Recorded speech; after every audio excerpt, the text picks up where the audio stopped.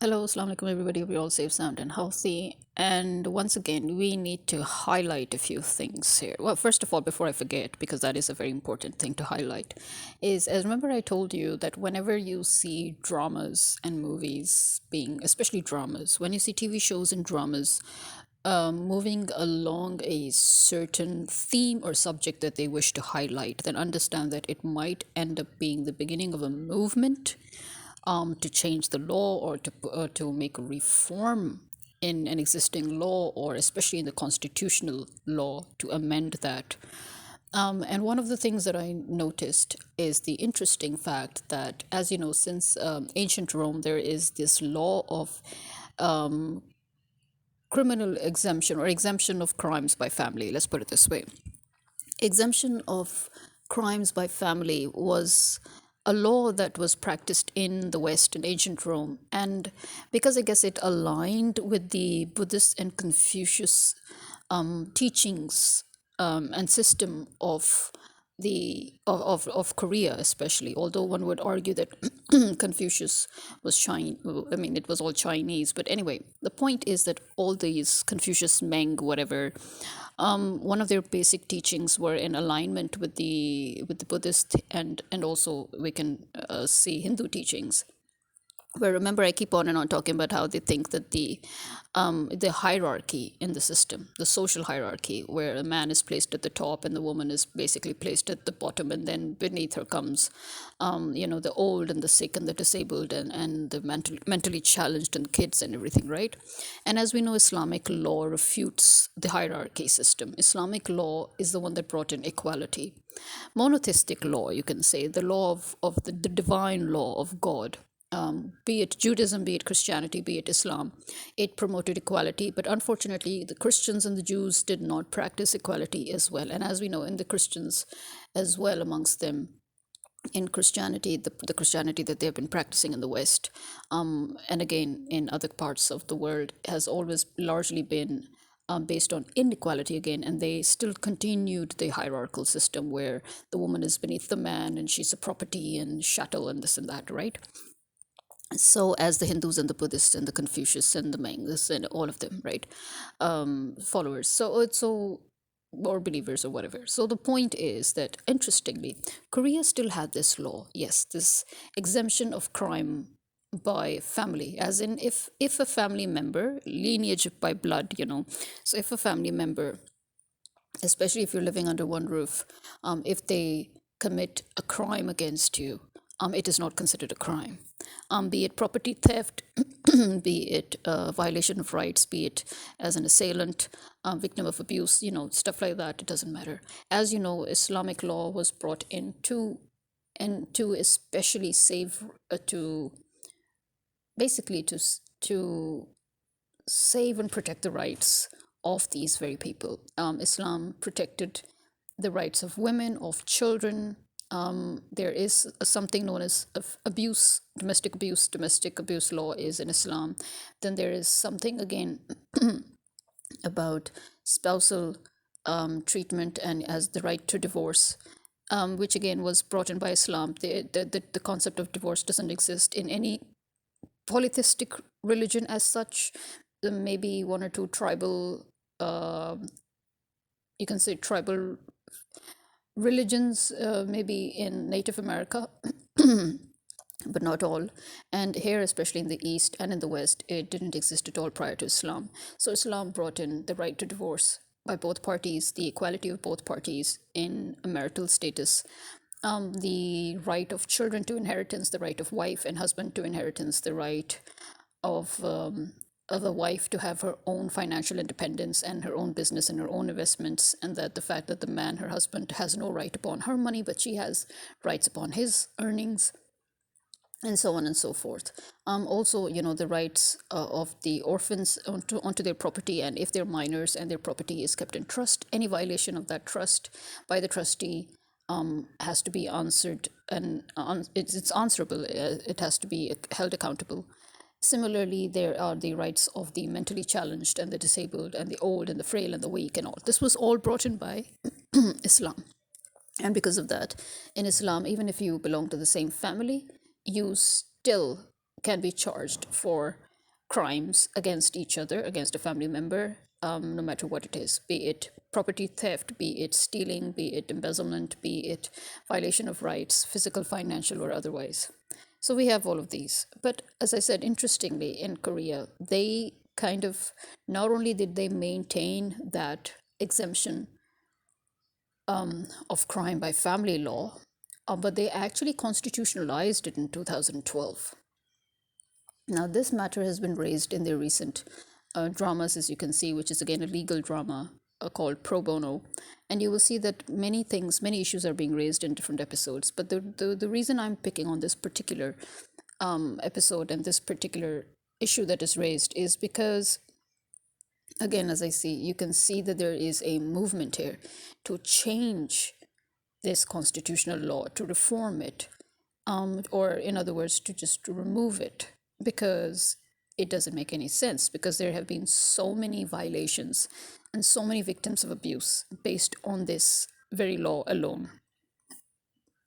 Now, when you look at these and then you look at Pakistan and you see how Pakistan is backtracking, not only is Pakistan divesting itself from the Islamic fundamentals within the constitution, one of your basic, most recent examples being the highly un-Islamic, the biggest violation of any Islamic law, where the army chief, the current army chief, has decided to put an amendment, the latest amendment to the constitution, where he has declared himself immune.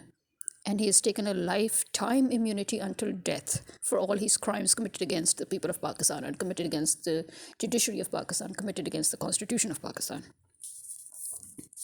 And just so that he could get that law passed, that reform passed, he decided to also give the president of Pakistan decided that, I will also have immunity.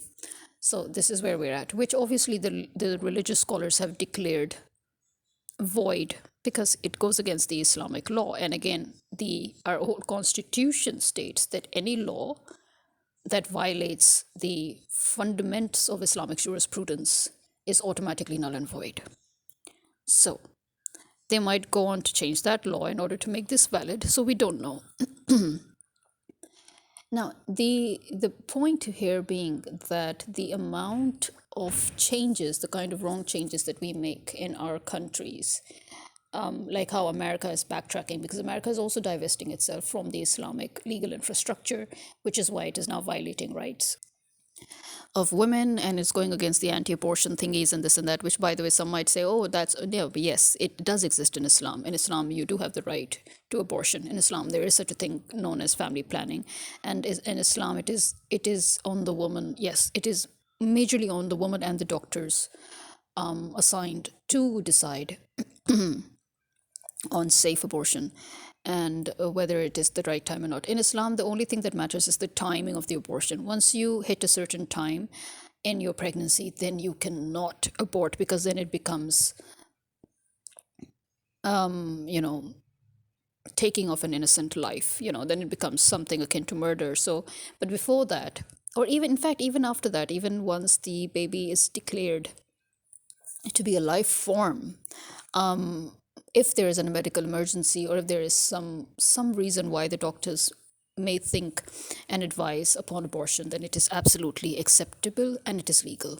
So Islam is a very pragmatic religion. It is the most pragmatic religion of all religions. But there are certain things in which Islam also puts its foot down, as you know, which is black and white. And that is when we come to code of ethics. As you know, because Islam has a complete law structure, it has a complete code of law. Because of that, you also have business law. Yes, you also have a whole section and chapter on business law. And one of the ethics of business law is something that I find very interestingly to be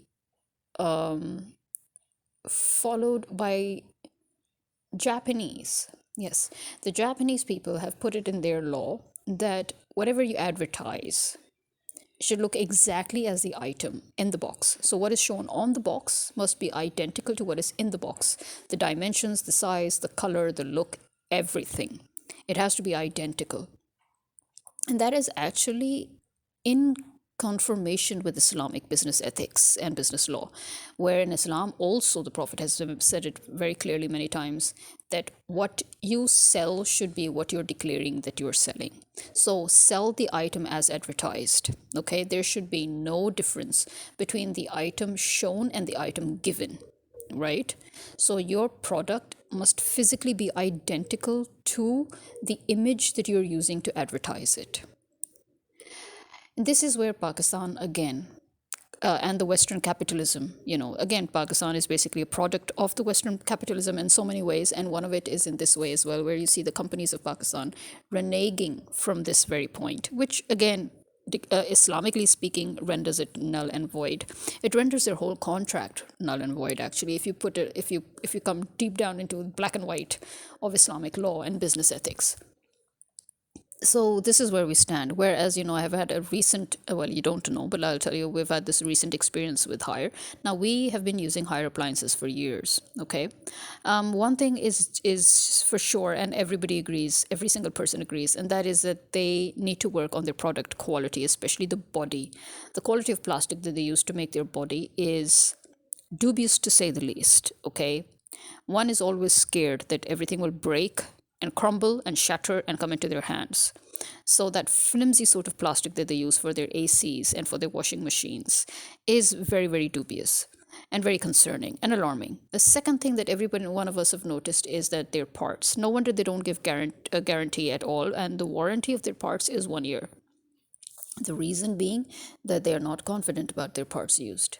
And this is also, again, in sync with our experiences. For example, the washing machine that we had, semi-automatic washing machine that we had, within a year, actually just after a year. So that tells you that their warranty, no wonder they have a 1 year warranty for their parts, because they know that their parts cannot sustain longer than a year. So after a year, the bearings of the spinner, that went bad, and then the motor went bad, and things just went bad.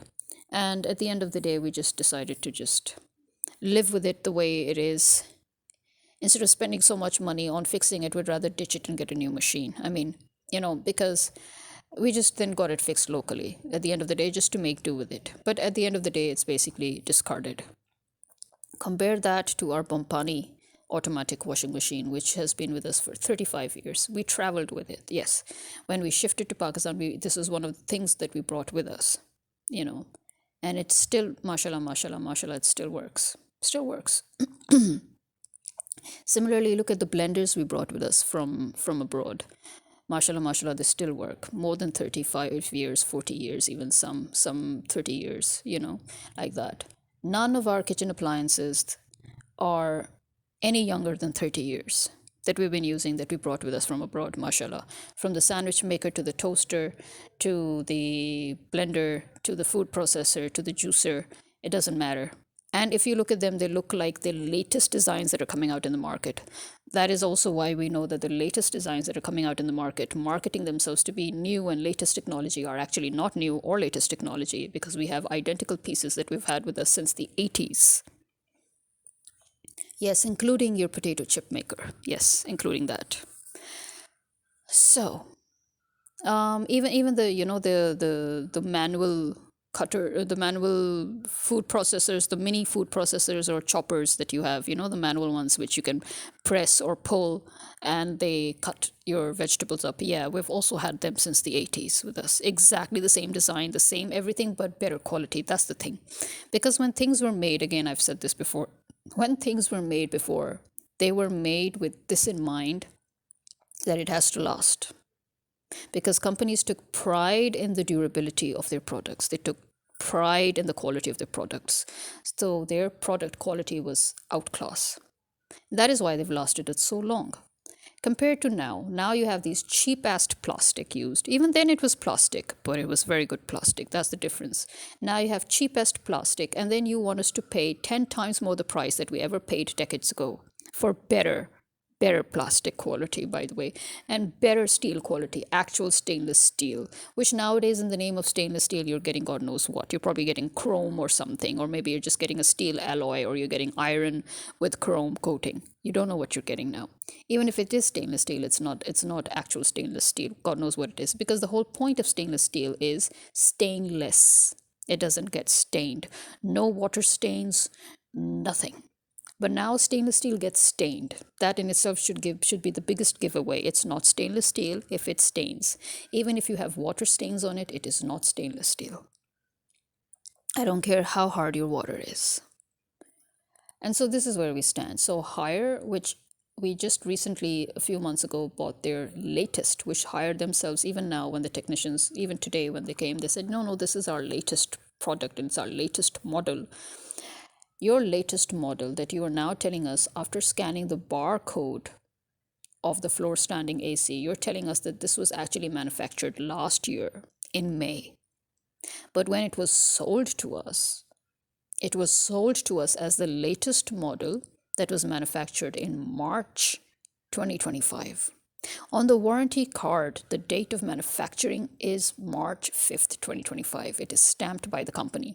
And obviously, it is a legal loophole. And now they were trying, and we knew that they were going to say, make up stories and say, oh no, this is actually for this, and this is for retail purposes, and this is for warranty purposes. And I told them, listen, these are the kind of legal shenanigans that you people pull, and you think you'll get away with it, and you think you can save your ass with it, but you end up using this against your own consumers and customers when the time comes, like now. For example, ideally, we bought this latest model a few months ago. We got it in the hire people came, they installed it and everything, but we did not actually open it up, as in, they set it up and everything, but the actual opening up and the actual usage of it, this was not done properly until this month, right? And yet, about a month and a half ago, I noticed dust bunnies coming out of its vents, the side vents where the filter is, where the motor is, where the blower is, right? And I was really concerned because I just kept wiping it and it just kept oozing out more and more dust. I kept wiping the little, fin type grills, and they kept oozing out more dust. And until I got so sick of it that I managed to open the very flimsy and very difficult to open cabinet door. Opened it, took it out on the lawn, and wiped it clean, because the internal design is so bad. They've made these grooves, these boxes, like a grid, and you have to clean each individual grid properly in order to get the dirt out. It's not like one smooth wipe, no. And you will end up cutting your fingers too while you're trying to get the edges clean, the dirt out of each edge of the God knows how many square grooves that they've made up, this checkered pattern that they've made up inside. God knows why. It's not like it helped keep away the dust. The filters were filled with dust, so much so that I had to literally just dust them, as in I wanted to blow them with water pressure, but I couldn't remove the filters from their, I couldn't slide them out. They were kind of stuck. And I just managed to clean everything and I put it. Now, till date, the dust has not accumulated back into the filters, and the dust has not accumulated onto the cabinet door itself, on the inside of it. And we have used this AC as a heater properly, as in regular use, for a week and a half now. But no dust accumulated in the filters, no dust accumulated in the back of the door. And yet their argument, the hire company's argument, is that the dust that accumulated all inside the AC accumulated at our house. That dust that is layered about an inch thick. The blower is filled with the dust. The styrofoam has spots of dust, that the kind of dust that cannot come out. As you know, once styrofoam gets dust that is old, it kind of doesn't come off. Only fresh dust comes off of styrofoam. Anybody who knows styrofoam knows this. Or anybody who's dealt with styrofoam knows this. And I have dealt with plenty of styrofoam in my entire life. So the dust stuck to the styrofoam, that lines, the styrofoam is basically the padding or the lining around the blower. That dust cannot come off, You try cleaning it, it doesn't come off, right? The blower itself was filled. It's every single rim and fin of it was filled with dust. The inside, the whole inside was filled with dust underneath everywhere. It's like a layer, and an undisturbed layer of dust, if you know what I mean, an undisturbed layer of dust, which they insisted accumulated at our home. A closed.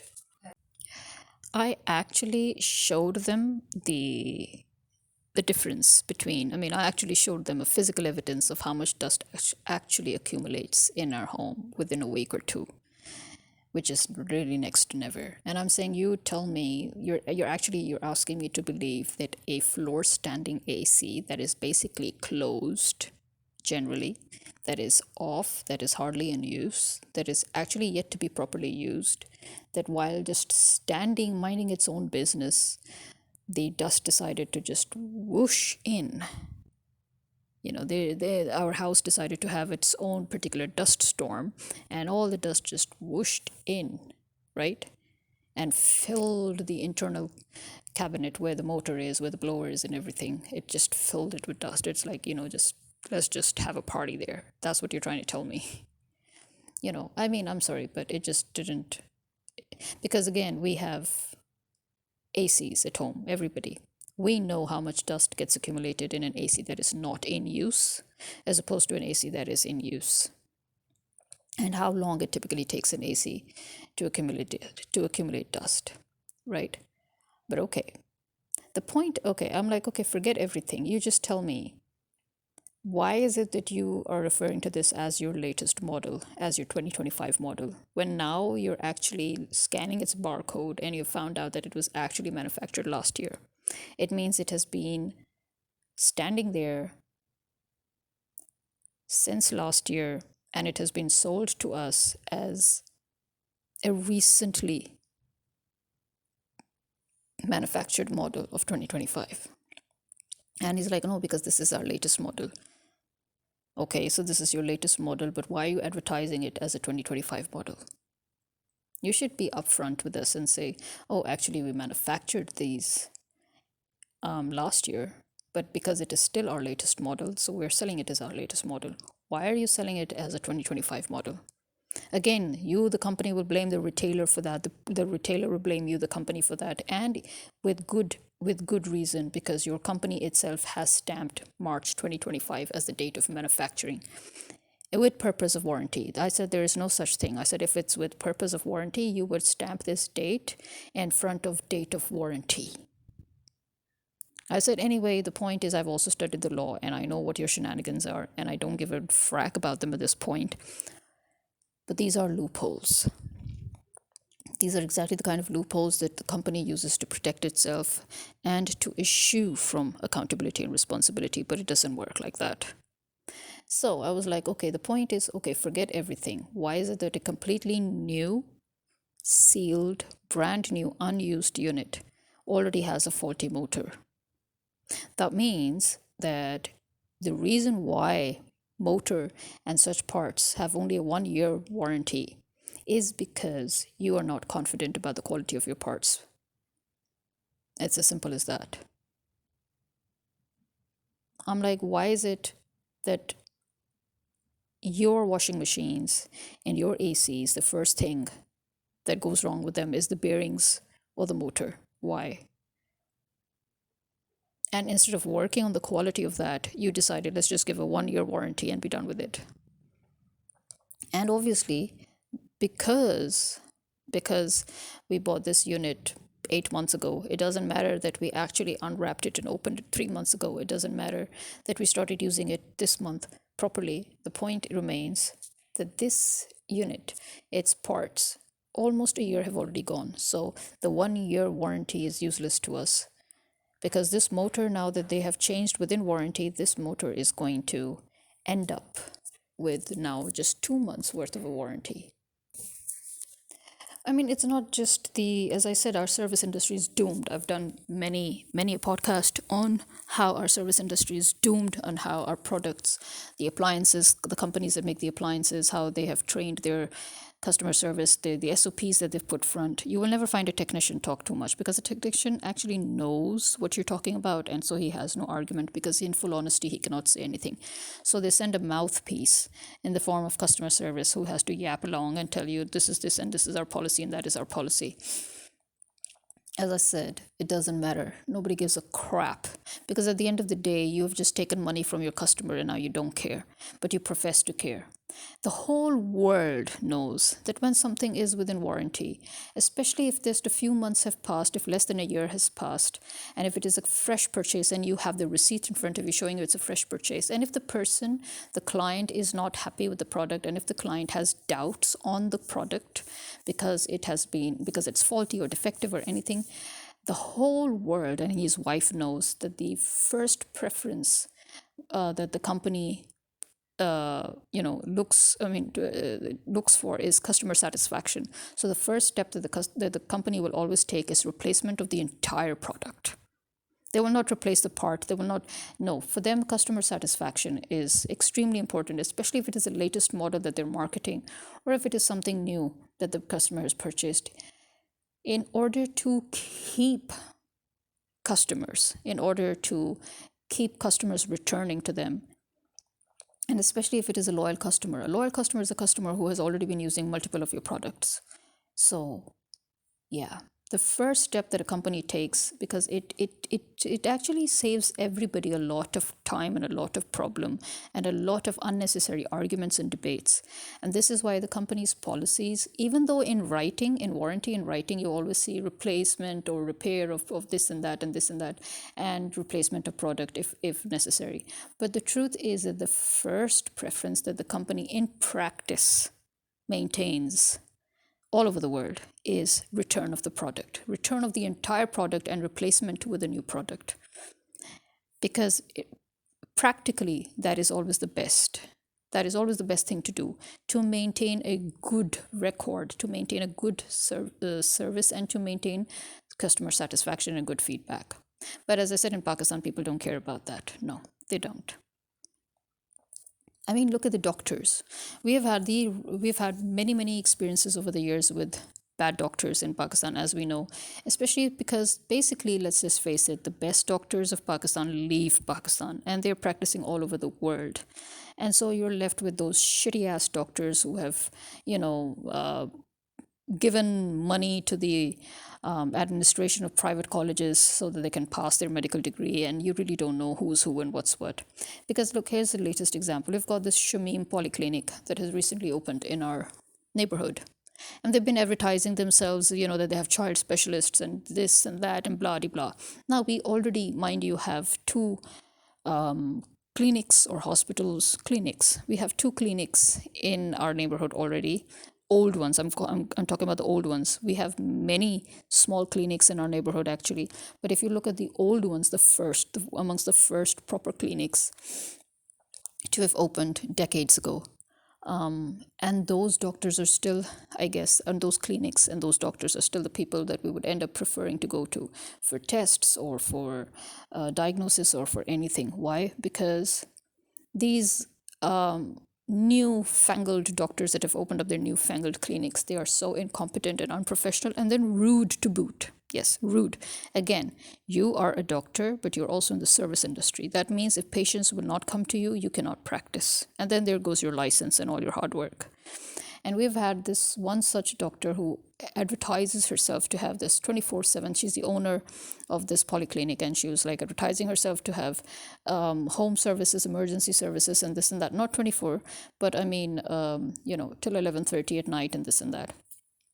And a neighbor of mine, who's also a very good friend, her son was ill, and she took him to the hospital during the daytime.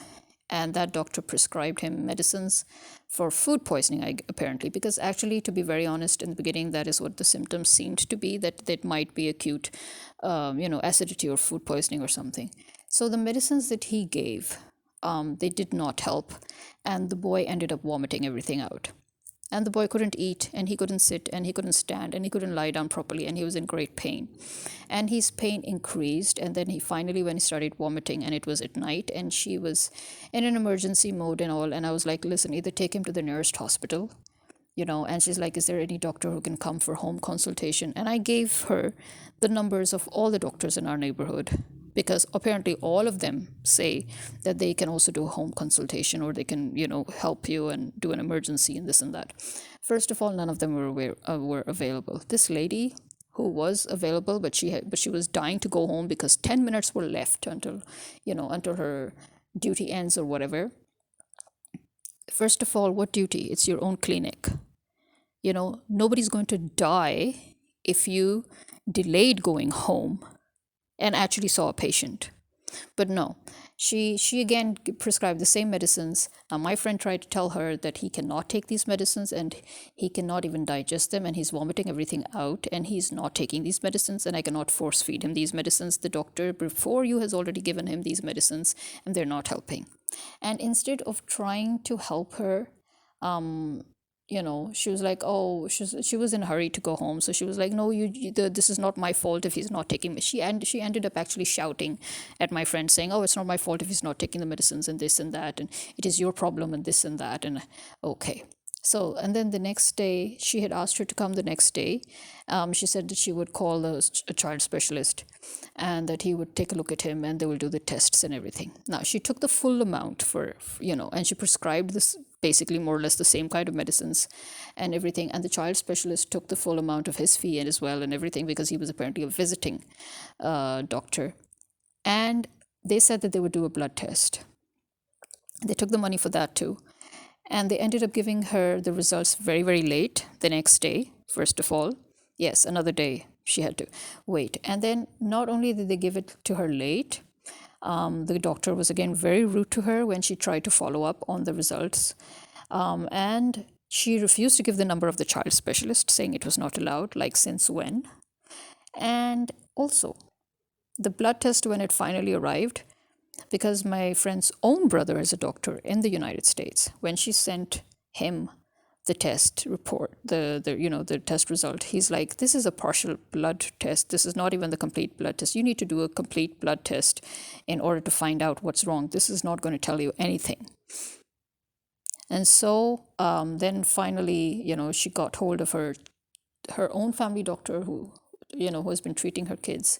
And then he told her that, this is what you need to do, this is what you need to get, this is what you need to do, and then call me back as soon as this thing is done, and then I'll tell you what meds to give, what time, this, that.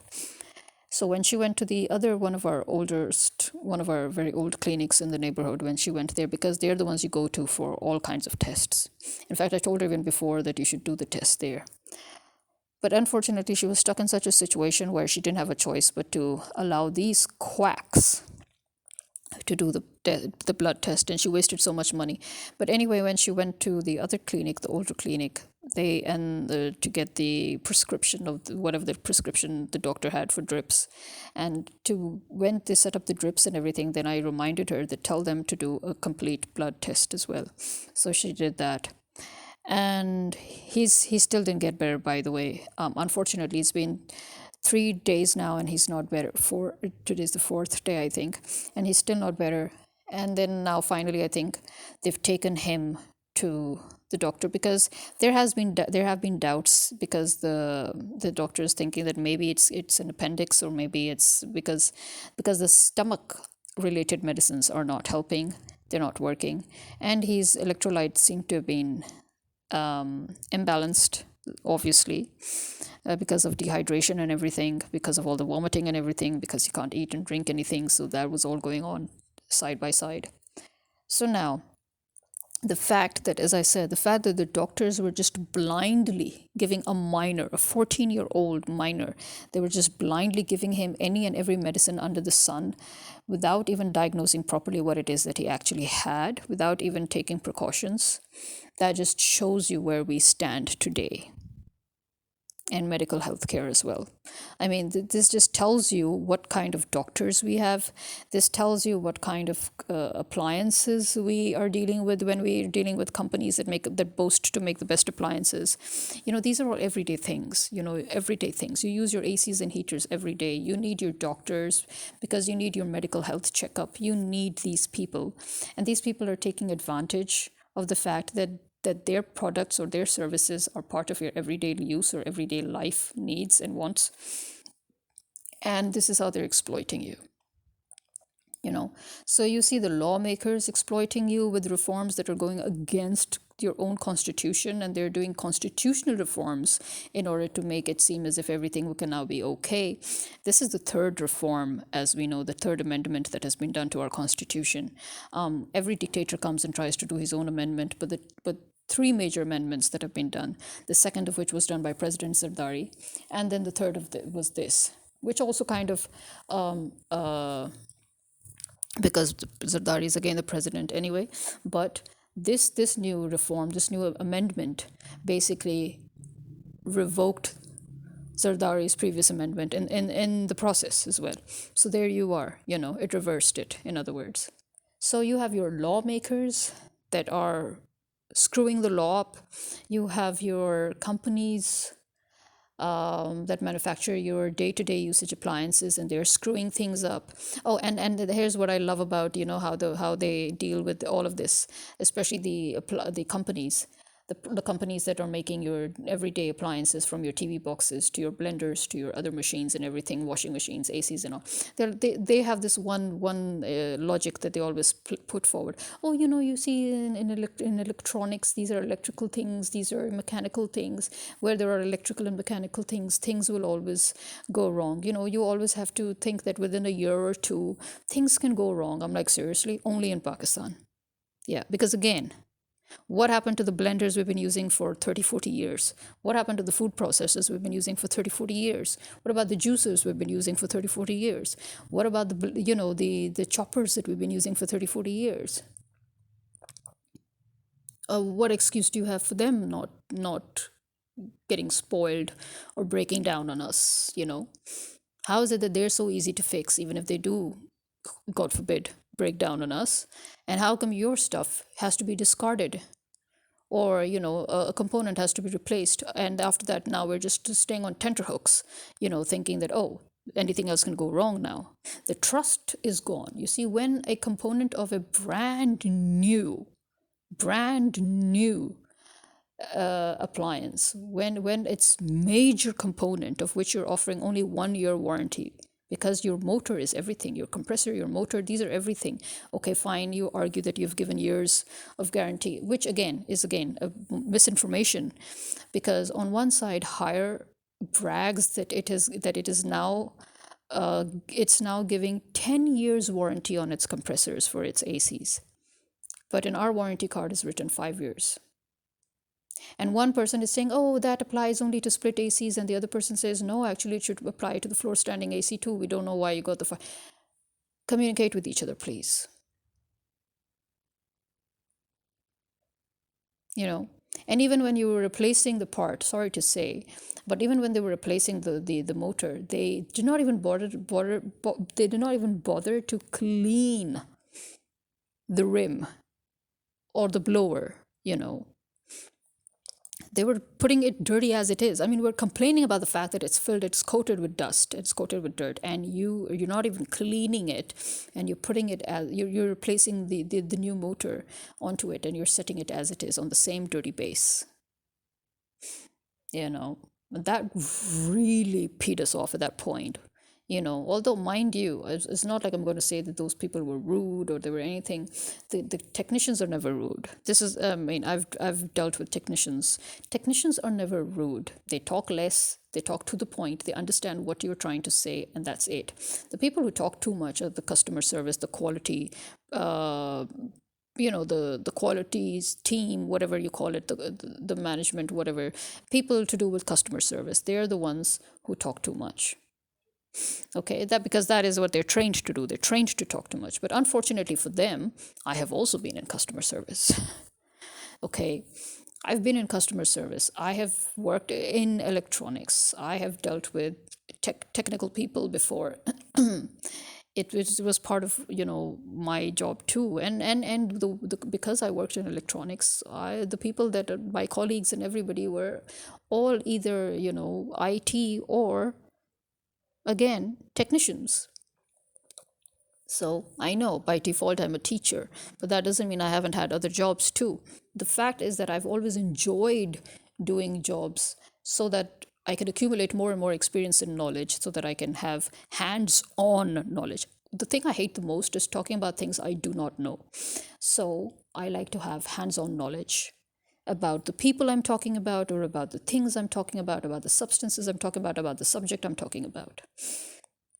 And as a teacher and as a writer, as you know, it is part of our job to know what we're talking about. It's part of our job to find out about various professions and various fields and various subject matters, because we have to write about these things in our scripts or in our novels, or when we're teaching, we have to know about these things, because especially when you're a language teacher or a language coach, you have to be able to converse in a diverse range of topics.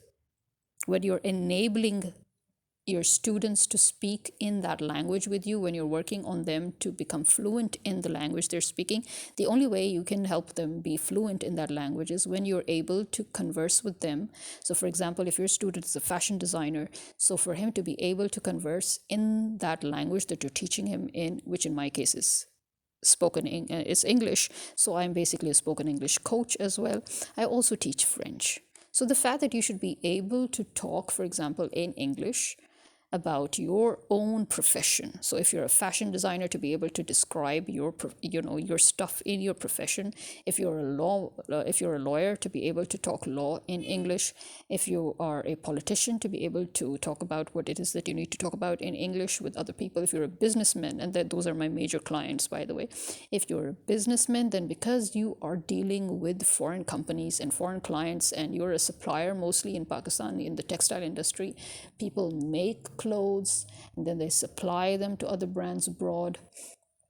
So again, to be able to talk about your profession. Then I have people who are in IT, and so for them to be able to talk about their profession. People who are teachers like myself, for them to be able to talk and describe their subjects, whatever it is that they're teaching. So yes, I have to know a whole lot in a diverse range of subjects as a teacher, as a language coach, and as a writer. So, yes, and I believe in hands on knowledge. So, I believe in actually knowing what it is that I'm talking about. Otherwise, I will not talk about it. So, yes, the thing I hate the most is when people try to think that their clients and their customers are fools. Yeah. Okay, fine. Okay, maybe this was not a returned or used unit. Maybe this was not a unit that was left open in some warehouse before being packed up. I don't care. And I don't. Okay, fine. You can blame the dust on me. But the fact that a brand new floor standing AC that is worth lakhs of rupees has already got a defect in it, which is a faulty motor. The fact that this is the second appliance that we have dealt with of hire company that has had a motor issue or a bearings issue as well. Yeah, that really has it lays down concerns. Okay, it does. The fact that they use flimsy plastic for their bodies, for ACs as well as for washing machines. The fact that they have basic design flaws, such as a very bad filter that attracts dust instead of repelling it, that allows dust to go into all corners of the inside. Who opens the inside of an AC unit to clean it on a regular basis? You can't even. You need a blower. You need compressed air to clean those things. So they expect us to pay them 5,000 every week to come and clean the inside of the AC. First of all, they claim it to be a self-cleaning AC. It's not self-cleaning if all it's cleaning are the vents. Self-cleaning should have been for the complete body, and it is possible. Don't tell me it's not. Self-cleaning technology is decades old. We've been seeing this technology at work for at least 4 decades, and we've seen it go through vast lengths. It has been used on cars, it has been used on vacuums, it is used on so many things. So you cannot argue with me and say that, it doesn't. We know it works. In fact, some of the best self-cleaning that we have seen till date is where you use air pressure. And if the blower of the floor standing AC can only be cleaned with compressed air with a blower, then turn your own blower into a self-cleaning blower It's as simple as that. It really is as simple as that. Again, don't argue with me on that. I've got engineers in the family too. Thank you very much. So, there you are. Oh, another most basic design flaw. If you have such a flimsy assed lid, of your AC, the lids that we need to latch open in order to access the filters, yeah, have a button at least. I'm sorry, but you have such, for the lack of a better word, those malleable plastic. Yeah, that's the kind of fluid plastic sort of thing that makes you feel like everything is going to break in your hands. And it's so difficult to unlatch these lids. And you need to do it because you have to clean the filters. You have to access the filters. So why not have a button, for crying out loud, so that you can press the lid open and you can press it closed, like you do with the dicky of a car. And there are many appliances, by the way, where we do that, where we do have that. Why can't you have it for an AC lid? You're charging lakhs for your AC and you don't even have that tiny facility. Seriously. Well, too many things to argue about. But look at it, the doctors, the lawmakers, and the companies. This is what they have come to. This is me signing out. Khuda Hafiz.